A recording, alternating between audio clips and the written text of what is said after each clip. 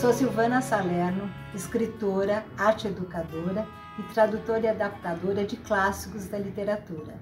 Passei a infância e adolescência lendo Monteiro Lobato. Não houve presente maior para mim do que receber o convite da Editora do Brasil para trabalhar na coleção Pica-Pau Amarelo, ao lado do escritor e editor Fernando Nuno. Monteiro Lobato inaugurou a literatura infantil no Brasil com grande dose de criatividade, bom humor e liberdade.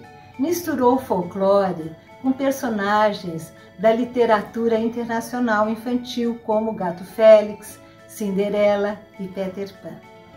Como foi feita a adaptação de Reinações de Narizinho? Foram feitas 3 mudanças básicas. A primeira delas foi em relação à linguagem. Várias palavras do vocabulário de época, da década de 30 e 40, não são usadas mais hoje. Nenhuma criança conhece mais e muitas vezes nenhum adulto. E também algumas formas de montar uma frase. São pequeninos detalhes, mas mudam completamente o ritmo da frase. O segundo motivo foi a quantidade de páginas. Reinações de Narizinho tem de 300 a 400 páginas, conforme a edição, a quantidade de ilustrações, o tamanho da letra. É muito difícil uma criança hoje ler um livro de 300 a 400 páginas. E o terceiro motivo foi o jargão racista adotado no livro, especialmente em relação à tia Anastácia, e isso foi eliminado. Monteiro Lobato inovou em várias frentes. A primeira delas, Lobato escreveu pensando na infância, coisa que não havia até então. Ele escreveu pensando na criança.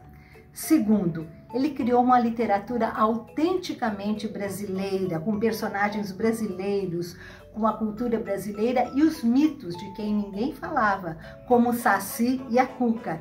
E os personagens contracenaram com o Saci, a Cuca, os mitos nacionais e os mitos internacionais, não é? Tem personagens de contos de fada, de contos maravilhosos e da cultura popular e brasileira. Lobato rompeu a barreira entre o real e o imaginário. Ele traz muito conhecimento para o leitor de forma lúdica, bem-humorada, criativa. Tenho aqui algumas ideias de atividades que eu vou mencionar. Uma delas é fazer um reconto. Depois da leitura de um capítulo, pedir para o aluno recontar aquele capítulo com as próprias palavras, com liberdade total. A segunda atividade é uma criação de texto. Pedir aos alunos para escolher um personagem e escrever uma história totalmente livre com esse personagem. A terceira atividade é uma ilustração. Escolher um trecho do livro e o aluno vai desenhar, vai ilustrar esse trecho do livro, com total liberdade também. A quarta é uma atividade multidisciplinar que pode reunir vários professores. Juntamente com os alunos, os professores vão criar um roteiro, né? Um pequeno resumo do livro de forma teatral, fazendo um roteiro e vão encenar a peça. Os alunos vão criar os cenários, figurinos, vão atuar, fazer a trilha sonora, tudo o que for necessário. É algo que o aluno leva para o resto da vida. Bom trabalho, pessoal!